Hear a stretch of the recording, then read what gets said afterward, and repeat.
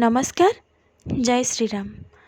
आज आमे बुलिबाकु जाइथिलु पुरी जिलार प्रसिद्ध पीठ श्री शिरोली महावीर मंदिर, जोटा चंदनपुर 15 किलोमीटर डिस्टेंस रे अवस्थित।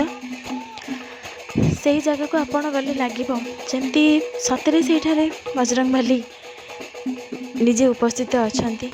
तांको मूर्ति सेठी देखिले आपण को जीवंत मने हबो। कथारे अछि सेठारे प्रभु अछंती एवं तांकर लांज सेठारो 3 किलोमीटर दूर रे एक गहिर मझिरे पूजा पाउछि। तार विशेष विवरणी तो मुझे जानी कि मु दर्शन भी आज करि पारलिनी, जेहेतु संध्या हो जाइथिला। नेक्स्ट केबे मु जदि जाए भगवान को डोरी लागे तो मु निश्चिंत से स्थान को भी जीवी। से स्थान सतरे बहुत पवित्र। सेठी को गले तुम दुनियार सबू चिंता सबू दुख भूली जीव। से ही जगार एते शांति लगे मन हम बारंबार से जगह को जाए बुली आसबि।